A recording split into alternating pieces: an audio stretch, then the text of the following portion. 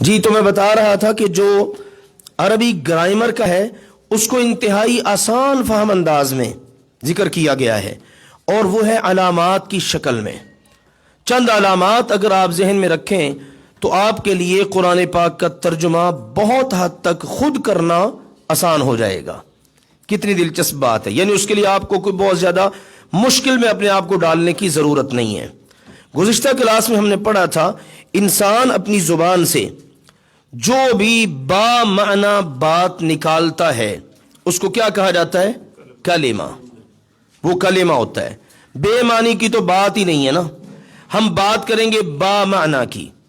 با معنی جو بھی انسان اپنی زبان سے نکالتا ہے اس کو کہتے ہیں کلمہ۔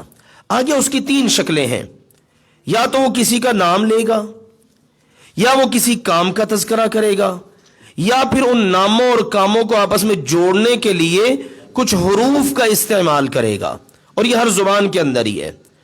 تو عربی زبان میں ہے اسم، نام، فعل، کام، اور ان کو جوڑنے والی چیز حروف۔ اسم نام کو کہتے ہیں، فعل کام کو کہتے ہیں، اور حرف، اصل میں حرف کا مطلب ہوتا ہے کنارہ۔ کنارہ یعنی حروف جو ہیں وہ کنارے کنارے پہ رہتے ہیں، یا اسم کے کنارے پر آ جائیں گے یا فعل کے کنارے پر۔ تو حروف کے بغیر بھی کلام مکمل نہیں ہوتا۔ آپ صرف اسم اور فعلوں کا استعمال کرتے رہیں، بات کسی صورت مکمل کسی زبان میں ہو ہی نہیں سکتی۔ تو اس لیے ان اسموں اور فعلوں کو آپس میں جوڑنے میں حروف کردار ادا کرتے ہیں۔ اسم کو عام طور پر جس وقت ہم ترجمہ کرتے ہیں نا تو پہچان لیتے ہیں، لیکن آسانی کے لیے ہمارے سامنے ہم نے صرف دو علامات ذکر کی تھیں اسم کی۔ کون کون سی تھیں؟ شروع میں الف لام آ جائے، شروع میں عربی کلمہ ہے، اس کے شروع میں الف لام آ گیا ہے، ٹھیک ہے، تو اس کو ہم نے کیا کہنا ہے؟ یہ اسم ہے۔ یہ دیکھیے مثال ہے کتاب، اس کے شروع میں الف لام آ گیا ہے، الکتاب۔ اب اس کو ہم نے کبھی بھی فعل نہیں کہنا، نہ حرف کہنا ہے، کیونکہ جو شروع کا الف لام ہے نا یہ علامت ہے اسم کی، ٹھیک ہے۔ اور اس کے بعد دوسری شکل یہ ہے آخر میں آ جائے تنوین۔ تنوین کس کو کہتے ہیں؟ دو زبر، دو زیر، دو پیش کو تنوین، یعنی نون بنانا۔ یہ حرکات دو زبر، دو زیر، دو پیش ہیں ہی ایسی کہ جب آپ ان کو ادا کرتے ہیں نا تو یہ نون بن جاتا ہے۔ با دو زبر، پڑھیے، با دو زبر بن۔ اب نون لکھا تو نہیں ہوا لیکن ہم نے اس حرکت کو پڑھا تو نون بن گیا، اس لیے اس کو کہتے ہیں تنوین۔ آپ نے جب اس حرکت کو پڑھا تو نون بن گیا۔ اب یہ تنوین یہ علامت ہے، دو زبر، دو زیر، دو پیش، یہ جب کسی کلمہ کے آخر میں آ جائیں تو وہ بھی اسم ہوتا ہے۔ آپ نے اس کے بارے میں کوئی لمبی چوڑی بحث میں نہیں پڑھنا، سوچ بچار میں نہیں، آپ بلا جھجک کہہ دیجیے یہ اسم ہے۔ اب آپ نے اس کا ترجمہ اسم والا کرنا ہے، فعل والا نہیں کرنا۔ اب دیکھیے الکتاب، کتاب، اور اس کے بعد کتاب، کتاب۔ ہم نے اپنے سمجھنے کے لیے کہا تھا الف لام کا تصور عربی میں وہی ہے جو انگلش میں دی ہے، THED کا، خاص ہو جاتی ہے نا چیز، اور تنوین کا تصور وہ ہے جو اے کا ہے، اے بک۔ اگلی بات یہ ذہن میں رکھیے الف لام اور یہ تنوین ایک اسم پر کبھی اکٹھے نہیں ہو سکتے۔ ہمارے یہاں ویسے یہ کوتاہی ہوتی ہے، ہمارے بعض بزرگ یا بعض نوجوان جب قرآن پاک کی تلاوت کرتے ہیں نا تو وہ پڑھ دیتے ہیں الحمد، ایسے ہی، یہ میں بطور مثال عرض کر رہا ہوں، قرآن پاک میں کوئی ایسا کلمہ آ گیا شروع میں الف لام بھی چل رہا ہے اور آخر میں تنوین بھی، یہ بالکل غلط ہے۔ الف لام اور تنوین ایک کلمہ پر اکٹھے کسی شکل میں نہیں ہو سکتے۔ اس کے بعد ہم نے کہا تھا فعل، فعل کی بھی چند علامات ہیں۔ شروع میں مثلا قد آ گیا ہے، لقد آ گیا ہے، شروع میں سین آ گیا ہے، شروع میں سوف آ گیا ہے، آخر میں تا زبر، یہ فعل کو پہچاننے کی کچھ علامات ہیں۔ آج ہم 4 علامتیں پڑھنے جا رہے ہیں۔ نمبر 1 یا، نمبر 2 تا، اور نمبر 3 حمزہ، اور نمبر 4 ہے نون۔ یاد رکھیے چاروں علامات فعل کے شروع میں آئیں گی۔ کس کے شروع میں؟ فعل کے۔ اس کا مطلب ہے کہ یہ اسم کے شروع میں نہیں آ سکتی، یہ فعل کے شروع میں آئیں گی، یا، تا، حمزہ، نون۔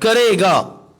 اسی طرح سے اخلقو میں پیدا کرتا ہوں یا کروں گا, اور نخلقو ہم سب پیدا کرتے ہیں یا کریں گے. عبد سے کرتے ہیں جی. یعبدو کیا ترجمہ ہوگا؟ وہ عبادت کرتا ہے یا کرے گا. ٹھیک ہے. اسی طرح سے تعبدو تو عبادت کرتا ہے یا کرے گا. اعبدو میں عبادت کرتا ہوں یا کروں گا. نعبدو ایاک نعبدو ہم عبادت کرتے ہیں یا کریں گے. ٹھیک ہے. اسی طرح سے کوئی بھی آپ کلمہ لے لیں. مثال کے طور پر اس وقت ہم پڑھ رہے ہیں تو پڑھنے کے لیے کلمہ ابھی ہم نے اوپر پڑھا تھا قرأ. قرأ کا مطلب پڑھنا. یقرأ وہ پڑھتا ہے یا پڑھے گا. تقرأ آپ پڑھتے ہیں یا پڑھیں گے. اقرأ میں پڑھتا ہوں یا پڑھوں گا. نقرأ ہم سب پڑھتے ہیں یا پڑھیں گے. تو کوئی بھی فعل یعنی اس کے اندر کام کا کرنا یا ہونا بھی ہو اور زمانہ بھی ہو, اس کے شروع میں یہ علامات لگیں گی اور اس صورت میں یہ معنی دیں گی. اب اس لحاظ سے جتنے بھی افعال ہیں وہ سب کور ہو گئے. اب آپ کو یعنی یہ دیکھنے کی ضرورت نہیں ہے اب میں یہاں پر اس فعل کا کیا ترجمہ کروں, بس آپ کو اس فعل کا بنیادی ترجمہ آنا چاہیے. یقتلو قتل کرنا, وہ قتل کرتا. یقتلو تقتلو اقتلو نقتلو. ٹھیک ہے. تو یہ علامات بدلتی جائیں گی اور یہ اپنا معنی دیتی چلی جائیں گی. دیکھیے جی فہم القرآن الکریم 4 علامات ہیں. یہ چاروں علامتیں یعنی یا تا حمزہ نون فعل کے شروع میں آتی ہیں. ان کی موجودگی میں کبھی زمانہ حال اور کبھی زمانہ مستقبل کا ترجمہ کیا جاتا ہے. وہ آپ نے سیاق و سباق کے مطابق کر لینا ہے. یا کا ترجمہ ہے وہ, جیسے یعلم کیا مطلب ہے؟ یعلم وہ جانتا ہے یا جانے گا. بالکل ٹھیک ماشاءاللہ. یعبد وہ عبادت کرتا ہے یا کرے گا. یحکم حکم کا ہوتا حکم چلانا یا فیصلہ کرنا. فیصلہ کرنا کر لیں. یحکم وہ فیصلہ کرتا ہے یا کرے گا. یخلق وہ پیدا کرتا ہے یا کرے گا. یقتل وہ قتل کرتا ہے یا کرے گا. آپ دیکھیے ان تمام مثالوں کے اندر شروع میں یا استعمال ہوئی ہے اور ترجمہ ہمارے سامنے بالکل واضح ہے. اب اسی پیٹرن پر جتنے بھی کلمات آ جائیں آپ کے لیے ترجمہ کرنا مشکل نہیں ہوگا انشاءاللہ. تا کا ترجمہ تو تم یا آپ.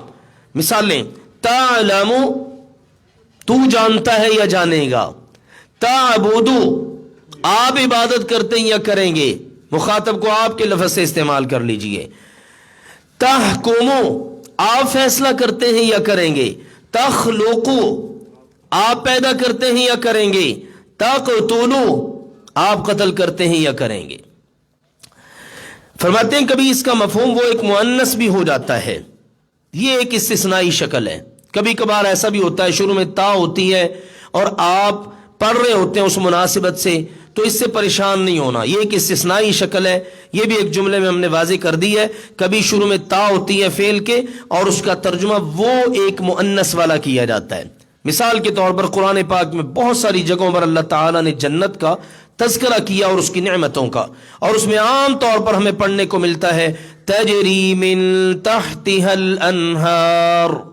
تجری چلتی ہیں, شروع میں تا ہے نا, کیا چلتی ہیں؟ الانہار نہریں. ابھی ہماری زبان کا بھی ایک انداز ہے نا. اب ایسا تو نہیں کہیں گے ہم کہ نہریں چلتا ہے. ایک الگ بات ہے کہ ہمارے جو پٹھان احباب ہیں وہ ایسا کر لیتے ہیں, لیکن وہ ایک انداز ہے اپنا نا. لیکن ہم جو عام طور پر اردو دان طبقہ کیا کہتے ہیں؟ نہریں چلتی ہیں. تو بالکل اسی طرح سے ہی ترجمہ ہوگا تجری من تحتها الانہار, ان جنتوں کے نیچے سے نہریں چلتی ہیں. تو کبھی اگر تا کا ترجمہ آپ کو یہ پڑھنے میں مل جائے نا تو آپ نے اس جملے کو ذہن میں رکھنا ہے کہ کبھی اس تا کا ترجمہ وہ ایک مؤنث بھی ہوتا ہے, لیکن یہ بہت کم. عام معمول وہ اوپر والا جو بھی ہم نے پڑھا ہے. اس کے بعد یہ حمزہ. حمزہ کا ترجمہ ہے میں. جی اب میں کلمہ پڑھوں گا, آپ سب ترجمہ کریں گے. جی اعلم